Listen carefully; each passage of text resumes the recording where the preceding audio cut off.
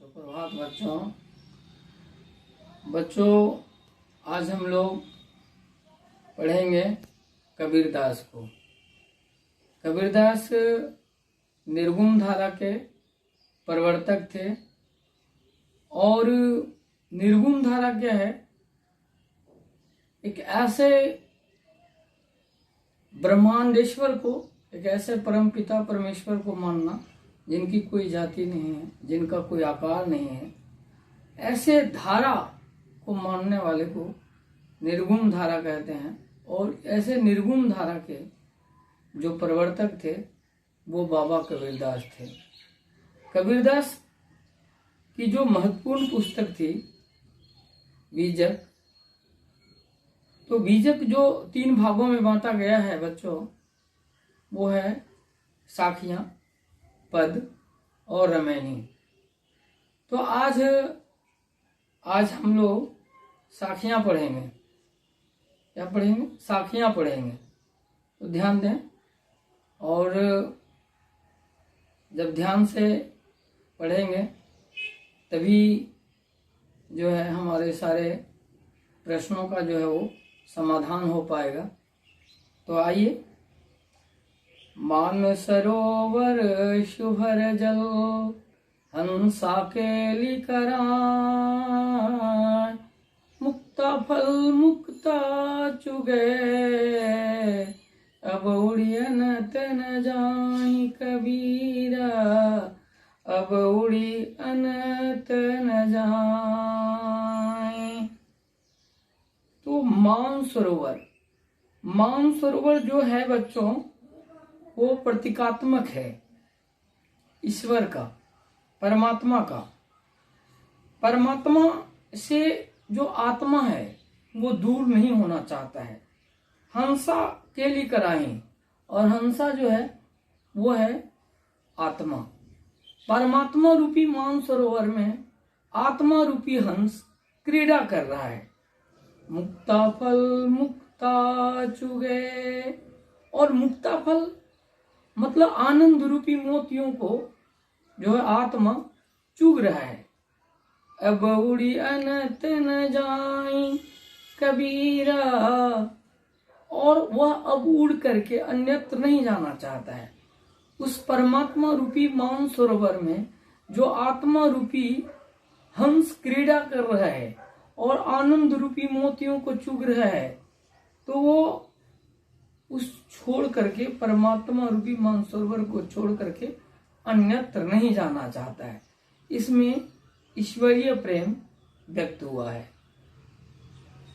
दूसरा, प्रेम के महत्व को बतलाते हुए बाबा कबीर ने कहा, प्रेमी ढूंढत मैं फिरो, प्रेमी मिले ना कोई, प्रेमी को प्रेमी मिले, तो शब विष अमृत होई कबीरा, शब विष अमृत होई।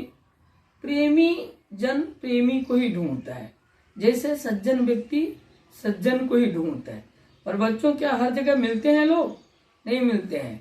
जैसे शैल शैल न मानि कयम, मुक्ति कम न गजे गजे, असाधवा न ही सर्वत्र चंदनम न बने बने।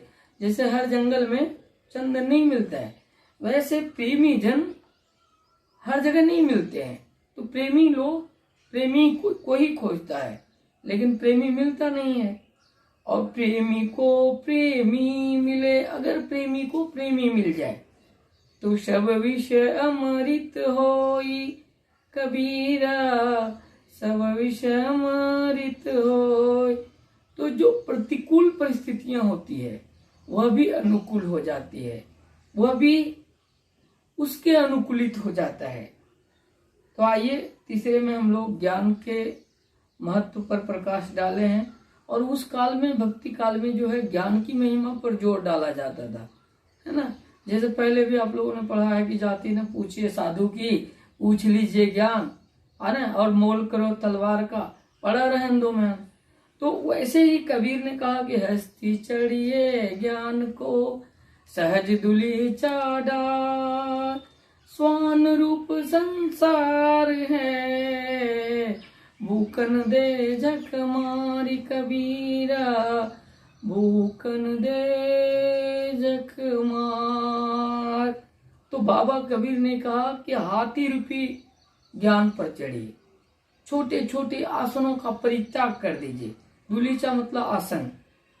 स्वान, स्वान मीन्स कुत्ता, या संसार कुत्ते की तरह है, उन्होंने कुत्ते से तुलना किया इसका। भूकन दे झक मारी, जो व्यर्थ में ही भूखने का कार्य करता है।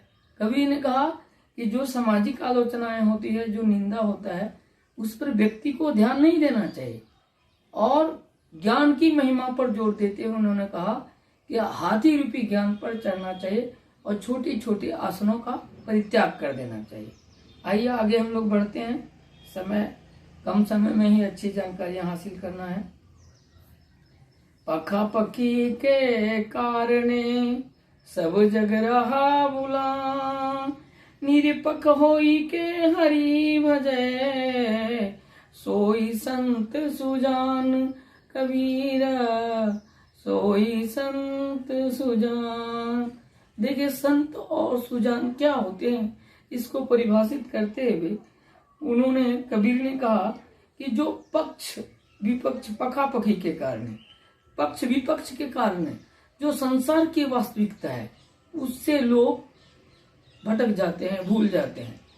जैसे धर्म का असली तत्व जो है वो किसी गुफा में छिपा हुआ है। महाजनो इनगता सपंता, तर्को अप्रतिष्ठता सुरतियो विभिन्ना, नय कोर मुनि रस्य मत्तम नभीनम, अधर्म तत्वम निहितम गुहायाम, महाजनो इनगता सपंता। ऐसे ही कबीर ने कहा कि पक्ष विपक्ष के कारण संसार के लोग, जग के लोग वास्तविक चीजों से भटके हुए हैं, भूले हुए हैं। लेकिन जो निरपक्ष हो के, जो निष्पक्ष होकर के हरि यानी भगवान की जो आराधना करता है, भजन करता है, सोई संत सुजान, वही संत है, वही सुजान है। और आगे उन्होंने कहा, हिंदू मुआ राम कही, मुसलमान खुदा, कहे कबीरा सो जीवता, जो दूह के निकट न जाए कबीरा। तो काव्य में जो धार्मिक और सामाजिक भेदभाव है, उस चीज को साखियों के माध्यम से कबीर ने दूर करने का प्रयास किया। कबीर ने कहा कि हिंदू राम राम कह करके, हिंदुओं को भी उन्होंने बहुत आलोचना किया है, चाहे वो काकर पाथर जोड़ के मस्जिद दियो बनाए, ता चढ़ी मुल्ला भांग दे, क्या बहरा हुआ खुदा। मुसलमानों को इस कदर लथाड़ा, तो उन्होंने हिंदुओं को भी लथाड़ा कि पाहन पूजे तो हरी मिले, मैं पूजूं पहाड़, और ताते ते चक्की भली जो पीस खाए संसार। तो उन्होंने कहा हिंदू राम राम कह के मर रहे हैं और मुसलमान खुदा। लेकिन कबीर ने कहा कि कहे कबीर सो जीवता। कबीर ने कहा असली में वही जीवित है, वही जीता है, सच्ची आराधना है, जो दोनों के निकट न जाए, जो दोनों के निकट नहीं जाता है। यानी मानव धर्म पर, जो मानव सेवा है, उस पर जोर देने का कार्य बाबा कबीर ने किया। सांप्रदायिकता की दीवारों को तोड़ने का काम किया। और ऐसे ही जो अगली पंक्तियां हैं वो है, काबा फिरी काशी भया, राम ही भया रही, मोट चुन मैदा भया, बैठी कबीरा जी, कबीरा बैठी कबीरा जी। बाबा कबीर ने कहा कि काबा और काशी में कोई अंतर नहीं है। जो हिंदुओं का तीर्थ स्थल है, जो मुस्लिमों का तीर्थ स्थल है, तो काबा ही काशी है, राम ही रहीम है। जैसे गेहूं से ही आटा और मैदा निर्मित होता है, तो इन उदाहरणों के माध्यम से कबीर ने, जो इकस्वरवाद, कबीर उसके प्रवर्तक थे। एकनिष्ठ जो है, जैसे साईं जी कहते हैं कि सबके मालिक एक, तो उस तरह से कबीर ने जो है वो ईश्वर एक हैं, इस पर जोर देने का कार्य किया।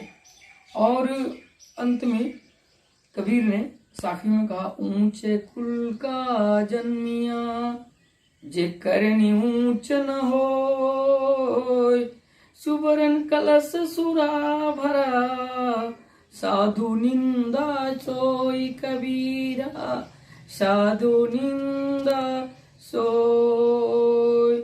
कबीर ने कहा कि ऊंचे कुल में जन्म लेने से कुछ नहीं होता है, यदि उसकी करनी, उसका कर्म, जैसे तुलसीदास ने भी कहा था, कर्म प्रधान विश्व करी राखा, कर्म की प्रधानता है। तो कबीर ने कहा कि जे करनी ऊंच नहीं हो, यदि उसकी करनी ऊंची नहीं है तो कोई बड़ी, तो ऊंचे कुल में जन्म लेना भी बेकार है। जैसे तीनसुका पलाश का फूल जो है वो विद्याहीना न सुबंते निर्गंधायु किंसुका, उसी प्रकार कबीर जी ने कहा कि सुवरन कलश सुरा भरा, अगर सोने के घड़े में भी अगर शराब भरा हुआ हो तो साधु निंदा सोई, तो साधु जन लोग उसकी निंदा करते हैं और वो निंदा का पात्र होता है। तो इस तरह से बड़े मन लगा करके आप लोगों ने साखियां पढ़ा बच्चों। आओ हम लोग 2 पद पढ़ते हैं और इससे सवाल भी बहुत सारे आते हैं। तो मोको कहाँ ढूंढे बंदे, मैं तो तेरे पास में, ना मैं देवल ना मैं मस्जिद, ना काबे कैलाश में। ईश्वर को खोजने के लिए हम लोग जो अंधभक्त हैं वो बहुत दूर दूर तक चले जाते हैं, जबकि ईश्वर जो है वो हमारे अंदर विराजमान है। कबीर ने कहा था कि जैसे जो हिरन होता है, कस्तूरी कुंडली बसे मृग ढूंढे बन माही, ऐसे घट घट राम है जो दुनिया देखे नहीं। तो राम हमारे हृदय में ऐसे ही विराजमान है, हम उनको देख नहीं पाते हैं। उन्होंने और भी एक उदाहरण दिया था कि जो तिल में तेल है, जो चकमक में आगी, तेरा साईं तुझ में है, जाग सके तो जागी। तो परमात्मा जो है वो हम लोग के अंदर निवास करते हैं। तो उन्होंने कहा कि जो लोग इधर उधर घूम, मानी पानी बीच मीन प्यासी मोई सुन सुनाओ हासी, ईश्वर हमारे बीच है और हम उनको बाहर घूमने के लिए, खोजने के लिए जाते हैं। तो कहा मोको कहाँ ढूंढे बंदे, मुझे कहाँ ढूंढते बंदे, मैं तो तेरे पास हूं, मैं तो आपके ही पास हूं। जो धारणा है लोगों का उसको खंडन करने का प्रयास किया कबीर ने। कहा कि ना मैं देवल ना मैं मस्जिद, ना मैं मंदिरों में निवास करता हूँ, ना मैं मस्जिदों में निवास करता हूँ, ना काबे कैलाश में, और नहीं मेरा निवास स्थान काबा में है और नहीं कैलाश में है। ना तो कौन है क्रिया कर्म में, ना ही योग वैराग में, और खोजी हो तो तुरंत मिलो पल भर की तलाश में। कबीर ने कहा कि मैं किसी क्रिया कर्म में भी नहीं हूँ, किसी योग वैराग्य वाली जीवन में भी नहीं हूँ, साधना में भी नहीं हूँ। कबीर ने कहा कि अगर सच्चे मन से ईश्वर को खोजे तो ईश्वर कह दे कि मैं तुम्हारे पास हूँ, मैं पल भर में तुम्हें मिल सकता हूँ। कहे कबीर सुनो भाई साधु, कबीर ने कहा है मेरे साधुओं भक्तजनों, ईश्वर हमारे अंदर उस प्रकार निवास करते हैं जैसे श्वासों की श्वास में, जैसे हमारे श्वास में प्राण में श्वास का निवास है, वैसे ही ईश्वर हमारे अंदर विराजमान है। हम उनको इधर उधर खोजने के लिए जाते हैं। और दूसरे पद में भी उन्होंने ज्ञान की महिमा पर बखान दिया है, और बड़े अच्छे जीवन में जब ज्ञान की आंधी आती है तो क्या क्या परिवर्तन आता है। संतों भाई आई ज्ञान की आंधी रे, कवि ने कहा कि जब संतों के बीच ज्ञान की आंधी आती है तो क्या क्या परिवर्तन हो जाता है। ब्रह्म की टाटी सबे उड़ानी, माया रहे न बांधी। तो जीवन में जो भ्रम होती है, जो मोह माया होती है, वो सब के सब खत्म हो जाता है बच्चों। और जो उसको कभी वो माया के बंधन में बंद करके नहीं रह जाता है, कभी माया के बंधन में बंधता नहीं है। कीत की द्वैथुनी गिरानी, मोह बलिंदा टूटा। और जीवन में मोह का जो घड़ा है वो टूट जाता है, फूट जाता है। तृष्णा छानी परी घर ऊपरी, कुबदी का भांडा फूटा। जोग जुगती करी संतों बांधी, निर्चूचु है न पानी, कूड़ कपट काया का निकस्या, हरि की गति जब जानी, आंधी पीछे जो जल बूठा, प्रेम हरि जन बीना, कहे कबीर भान के प्रकटे, उदित भय तम कीना। कबीर ने कहा कि जब संतों के बीच ज्ञान की आंधी आती है तो जो कूड़ कपट होती है, जो गंदी वासनाएं होती है, जो चीजें होती है, वो सारी की सारी चीजें खत्म हो जाती है। जैसे आंधी के बाद जो है बरसात आती है, तो उसी प्रकार भगवान की भक्ति में उसकी ज्ञान की जो बरसात होती है, उसमें जब भक्त जन भीग जाते हैं तो कहे कबीर भान के प्रकट। कबीर ने उदाहरण दिए। भान मतलब आप जानते हैं सूरज होता है, कि जैसे सूरज के प्रकट होने से उदित भया तम की न, तम मतलब अंधकार, अंधकार का पर्यायवाची शब्द है।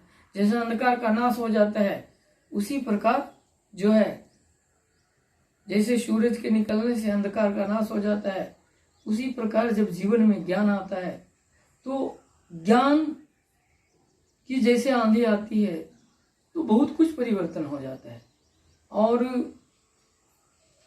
और इस तरह से आज हम लोगों ने बाबा कबीरदास को बहुत ही मन से एकदम समर्पित भाव से अध्ययन किया, और मुझे उम्मीद है कि आप लोग लाभान्वित अवश्य होंगे। तो जय हिंद, जय भारत।